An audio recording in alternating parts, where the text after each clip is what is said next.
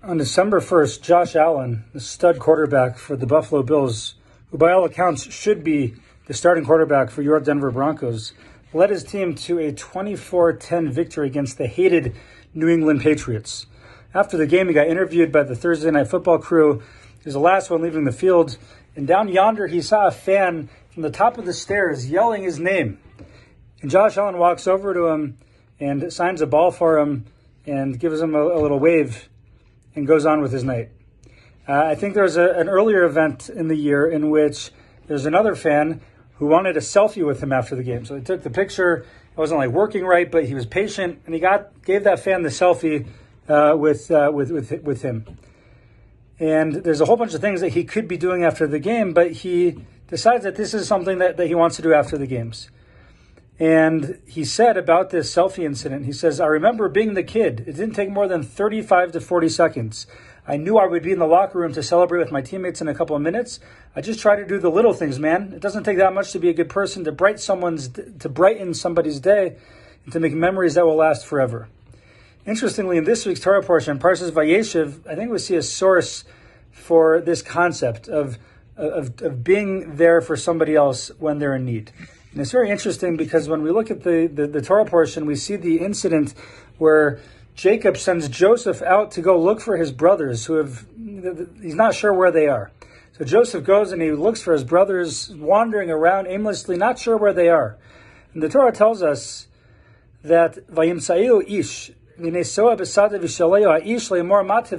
there was a man who found this boy wandering around in the field, and the man asks him, "What are you looking for?" It's interesting that the Torah here calls this man who is trying to help Yosef. Rashi comments that this man is none other than the angel Gabriel, the holy angel Gabriel. It's interesting because in last week's Parsha, we see another incident recorded with a person described as an ish, as a man. And there it describes how Jacob was left alone, v'ye'avek ish imo. And there was a man who started wrestling with him. There, Rashi says that was none other than Saro Shal Esav, the angel of Esav, this evil force, this evil angel of Esav.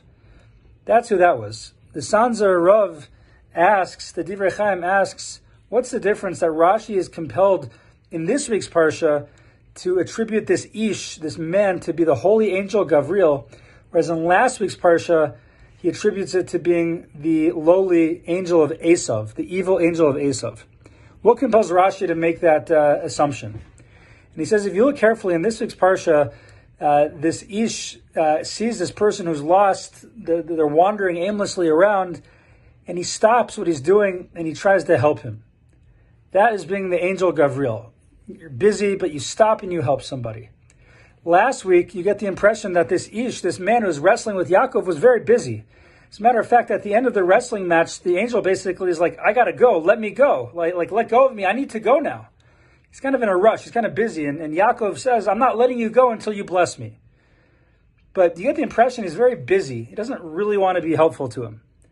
That's the angel of Esav, the person who's too busy to help somebody else.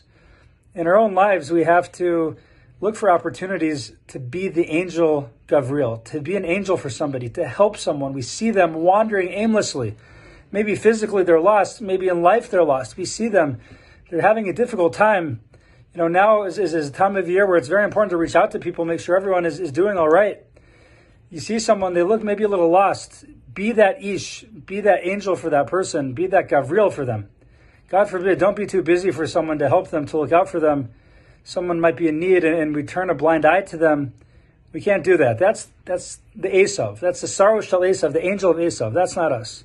We need to strive to be the Malach Gabriel, the angel Gabriel, for those individuals in our lives. Have a beautiful Shabbos.